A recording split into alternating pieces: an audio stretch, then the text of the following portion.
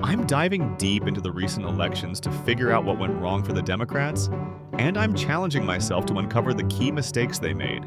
The recent struggles faced by Democrats in elections have been quite notable, and it's essential to analyze these issues to understand what's going on and how they can improve their strategy.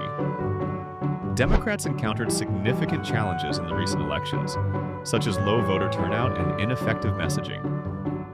Voter turnout was a major issue as many potential Democratic voters didn't show up to the polls, which significantly impacted the election results. The lack of enthusiasm among voters was palpable, and it seemed like the Democratic Party struggled to mobilize its base.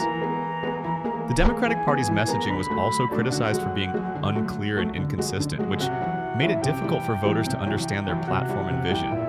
This inconsistency made it challenging for voters to trust the party and its candidates. The party's failure to connect with certain demographics, such as young voters and working-class Americans, was another significant challenge they faced. These groups are crucial to the Democratic Party's success, and their lack of engagement was deeply felt.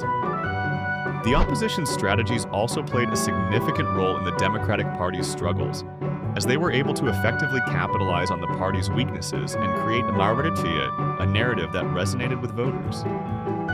Demographic shifts have been a significant factor contributing to the Democratic Party's challenges. The party has struggled to adapt to changing voter demographics, which has led to a decline in support from certain groups. Policy positions have also been a point of contention, as the party has struggled to find a balance between progressive and moderate ideologies. The Democratic Party's opposition has been highly effective in their strategies, using tactics such as voter suppression and disinformation to undermine the party's efforts. The party's inability to effectively counter these strategies has been a major issue. The media landscape has also played a role, as the proliferation of social media and other online platforms has created new challenges for the party in terms of messaging and outreach. The party has struggled to effectively utilize these platforms to reach voters and promote their message.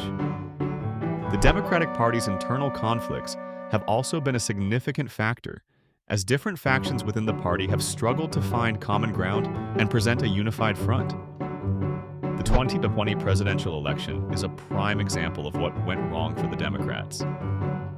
The party's inability to connect with working-class voters and the opposition's effective use of voter suppression tactics were major factors in the outcome. The party's messaging was also unclear, which made it difficult for voters to understand their platform and vision.